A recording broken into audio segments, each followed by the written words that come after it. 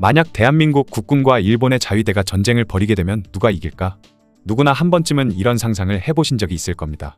비록 지금에 와서는 두 나라 모두 선진국이 된 상황에서 전쟁을 벌이면 서로가 잃을 것이 너무나도 많아진 상황이라지만 일본은 과거 몇 차례나 한반도를 공격해왔던 존재인 만큼 언젠가는 또다시 그런 일이 벌어지지 않을까 하는 걱정을 아예 안 할 수는 없기 때문인데요.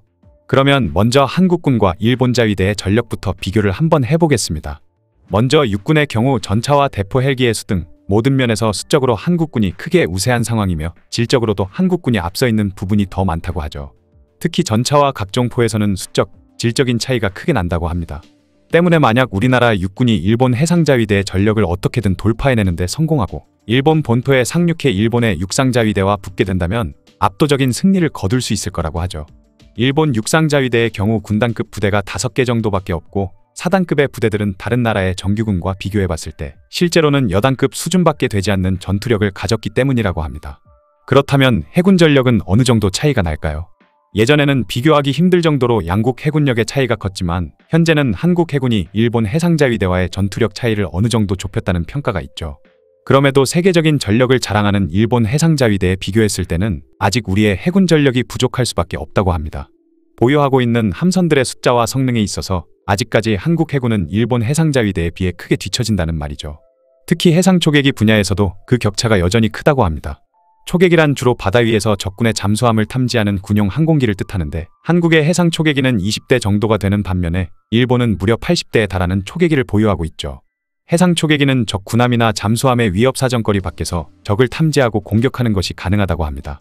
첨단 레이더와 탐지 장비로 적군의 군함이나 잠수함을 찾아낸 후 어뢰 또는 미사일로 공격을 한다고 하죠.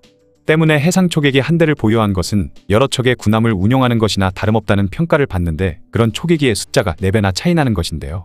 때문에 아직까지 우리의 해군은 일본 해상자위대를 당해낼 수 없는 것이 현실이라고 합니다.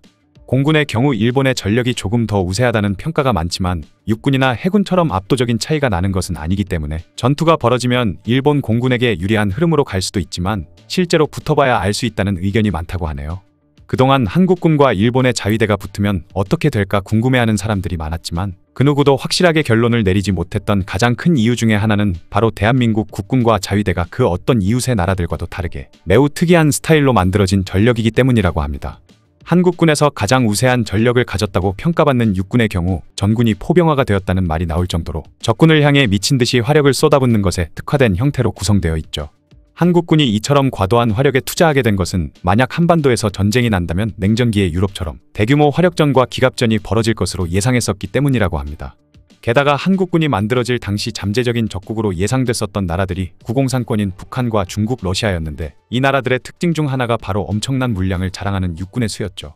그렇게 많은 적군을 상대할 만한 공중전력과 미사일을 갖추는 것은 현실적으로 불가능한 상황이었기 때문에 미사일과 공중폭격에 비해서 압도적으로 효율이 좋은 포병전력에 올인하는 선택을 할 수밖에 없었다고 하네요. 반면 일본 자위대의 경우 해상자위대에 몰빵을 했다고 볼 수 있죠. 이지스 구축함 20척과 수많은 호위함들 그리고 그 뒤를 지키는 상륙함과 소해함까지 포함시킨 전력은 미 해군의 축소 버전이라는 말이 나올 정도라고 합니다. 때문에 한국군이 전쟁에서 이기는 방법은 어떻게든 일본 해상자위대의 눈을 피해 강력한 한국 육군을 일본 본토에 상륙시키는 것밖에 없는데 현실적으로 이런 방법이 통할 확률은 거의 제로에 가깝다고 하죠. 기적적으로 육군이 일본 본토에 상륙하는 데 성공한다고 하더라도 일본의 수도인 도쿄를 점령하러 나아가기 위해서는 우리의 육군도 계속해서 보급을 받아야만 하는데 바다와 하늘을 일본의 해군과 공군이 장악하고 있는 상황에서는 그것이 불가능합니다. 게다가 일본은 이미 정찰위성을 이용해 한반도의 정보를 수집하는 데 많은 노력을 기울이고 있죠. 우리가 앞에서 말한 것과 같은 대규모 공격을 준비하려면 병력들을 이동시켜서 한 곳에 집중시키는 것이 필수인데 한국군이 일본의 눈을 피해 움직인다는 것은 불가능에 가깝다고 합니다. 이렇게만 말하면 마치 우리가 불리한 것처럼 보일 수도 있지만 마찬가지로 일본의 자위대도 한국 본토에 상륙을 하는 것은 불가능한 일이라고 하죠. 만약 일본이 자위대를 상륙시키려면 먼저 한국의 해군과 공군을 무력화시켜야 하는데 한국군의 경우 자위대와 비교했을 때 압도적으로 유리한 미사일 전력을 갖고 있습니다. 그런데 일본의 해상, 항공자위대가 우리나라의 영토를 침범해서 그런 압도적인 미사일 전력의 지원을 받는 한국의 해군과 공군을 무력화시킨다는 것은 불가능한 일이죠. 만에 하나 기적이 일어나서 육상자위대가 한국 본토에 상륙한다고 하더라도 육상자위대에게는 막강한 한국의 육군과 싸우면서 서울을 포함한 수도권 일대를 점령할 수 있는 능력이 없습니다. 실제로는 경상도 땅을 벗어나기도 힘들겠죠. 때문에 현실적으로 한국과 일본 중 어떤 나라도 상대의 영토를 점령한다는 것은 현실적으로 불가능한 일인데, 여기에 미국의 존재를 생각하면 이 전쟁은 먼저 때리는 쪽이 질 수밖에 없는 싸움이라고 합니다. 현재 미국은 한국, 일본 모두와 상호방위 조약을 체결한 상태인데, 상호방위 조약은 조약을 맺지 않은 대상으로부터 침략을 받을 때만 발동되는 것이죠.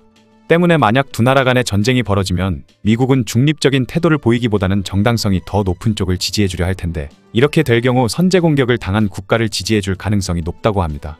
만약 한국과 일본이 전쟁을 벌이면 미국이 한일 양국에 무기를 팔아먹을 수 있으니 이득이 아니냐는 의견도 있는데요.